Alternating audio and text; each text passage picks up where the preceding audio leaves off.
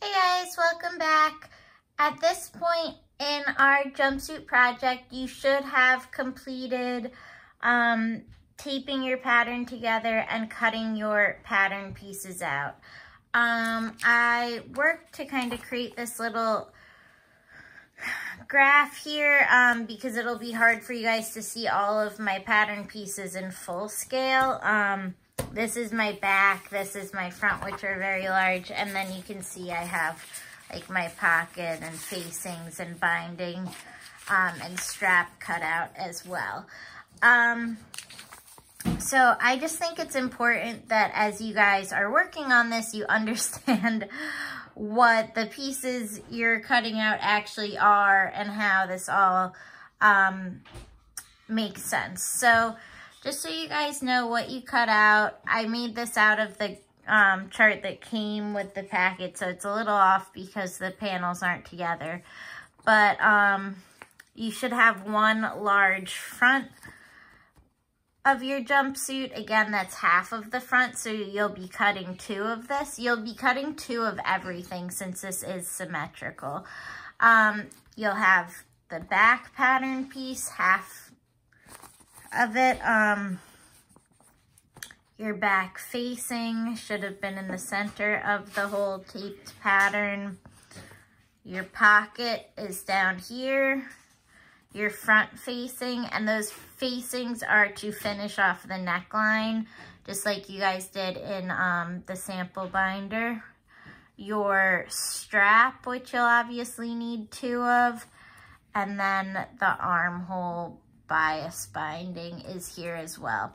So just to give you a clear understanding of what each piece is, it does say it really tiny, and it says it on here, but in case there was any confusion, and those are the lines in black that you should have cut along to get your finished pattern pieces. So the next step is going to be cutting your actual fabric. So I just want to go over a couple things in regards to cutting the pattern out of fabric. And that would be not to forget your grain lines. So we talked about grain lines the very first week or two of class. I've brought them up since then, but I have noticed some of you have not been following the fabric grain lines for your sample binder, which isn't a big deal, but when you're making an actual garment, it's really important you're cutting your pieces out in the proper direction of the grains of the fabric, or the yarns. So as a reminder, let's finish highlighting this. So you should be familiar with the straight grain, the cross grain, and the bias, as well as our salvage.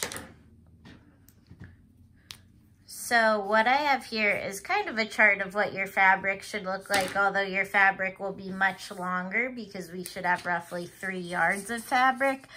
But like I said before, we have one of each pattern piece, and you'll notice it says it on there, but you're going to be cutting at least 2 of everything. So this one says cut 2 main.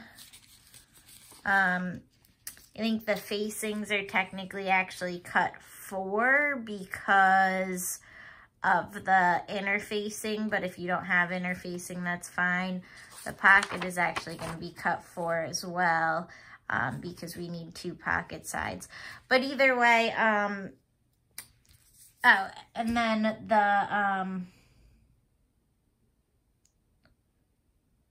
the jumpsuit, you're cutting 2 of each side as well. So since we need either 2 or 4 of everything, you're going to want to fold your fabric in half lengthwise, matching salvage to salvage. So you're going to fold the fabric in half the long ways. If you remember when you were a kid, there was like hot dog fold, like hot dog bun and hamburger. This would be the long hot dog fold. The salvage is where the yarns wrap back around to continue for the fabric, so you're matching up the two salvages together. The straight grain, also known as the lengthwise grain, runs parallel to the salvage. Almost all of these pattern pieces have you cutting them out along the straight grain. Cross grain is horizontal, and that's stretchier and not as strong. So it's really important that you cut everything following the straight grain, because otherwise it might get warped or saggy from the fabric stretching. So you'll notice all of your pattern pieces have grain lines on them, and every single pattern piece is using the straight grain except for our bias binding. And you'll see they abbreviated straight grain to just ST grain.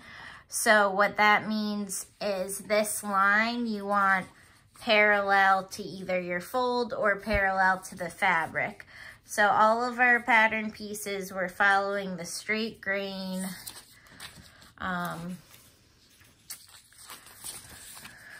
Facing the straight grain smaller, it's in the center, so I just added it, and I did FF for front facing. So you're going to line it up like this, that arrow parallel with our sides of the fabric, our salvage. Same for the back facing.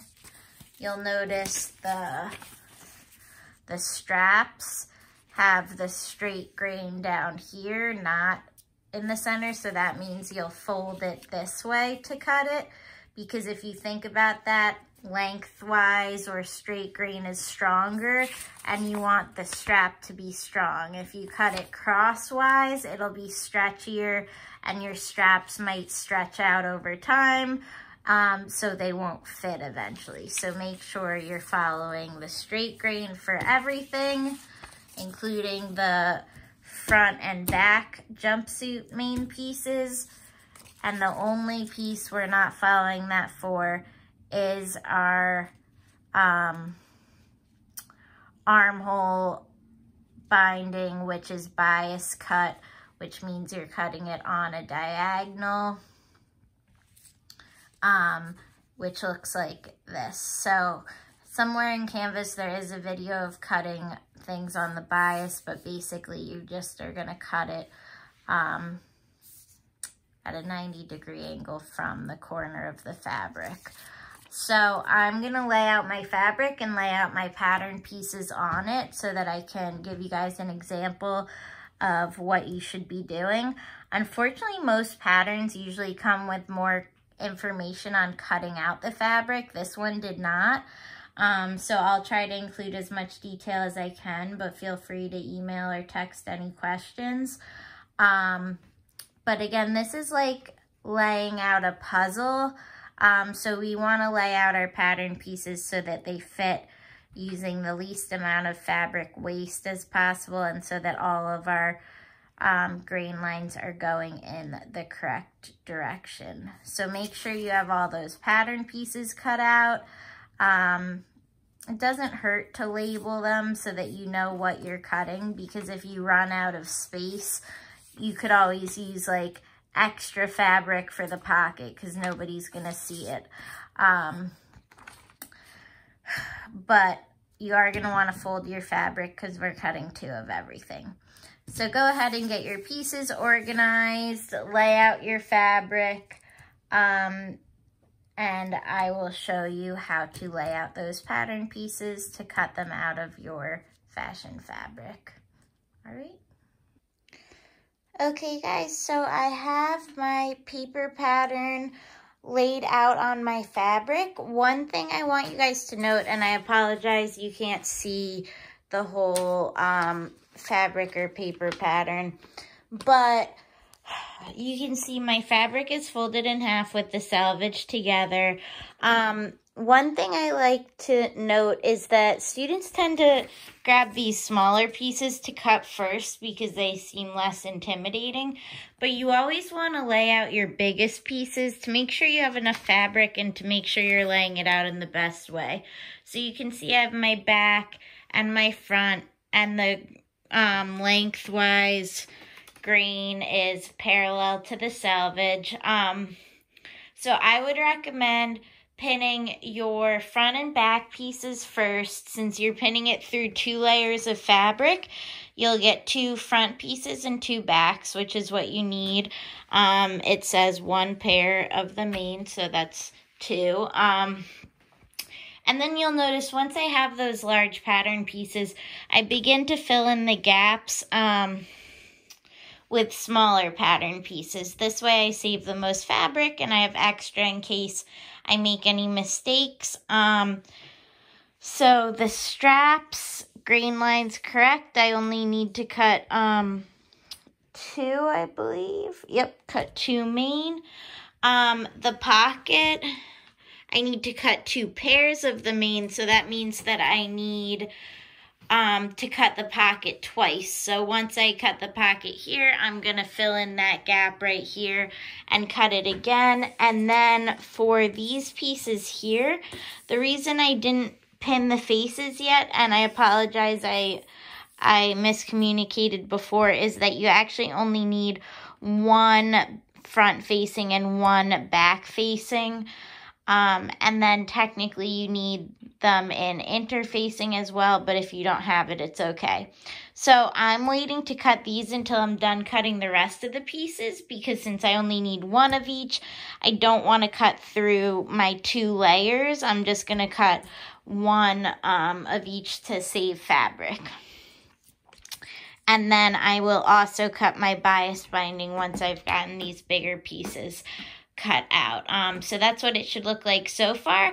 I'm going to go ahead and cut these pieces. A couple of reminders. In addition, of course, Ramona had to jump in. In addition to making sure your grain lines are lined up, I recommend making sure you're pinning in a way that won't disrupt your cutting. So don't block any edges with your pins. And then remember, the easiest way to get the best cut is to keep your, I'm sorry, to keep the bottom blade of your needle flush with the table.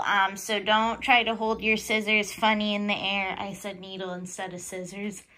Sorry, you want to try to have gravity help you and cut along the surface. So hold those scissors down. So I'm going to cut my front pair, my back pair, and my pockets. I'll cut another 2 pockets, so you'll need 4 total pieces, as well as the straps. And then I'm going to go ahead and cut the rest of my pieces once I'm done. And you'll see I have, I bought 3 yards of fabric, and I will still have about ½ a yard left to work with, so I'll have plenty to use. Say hi, Ramona.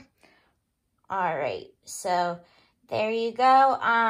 And one other thing to note, if you want to make sure that you're following the grain line properly, you can always take your ruler and measure from the black line to the edge at one end of the pattern piece, and then at the other end to make sure they're about the same measurement. That's what I did when I was spacing this out. All right, so go ahead and begin cutting those pattern pieces.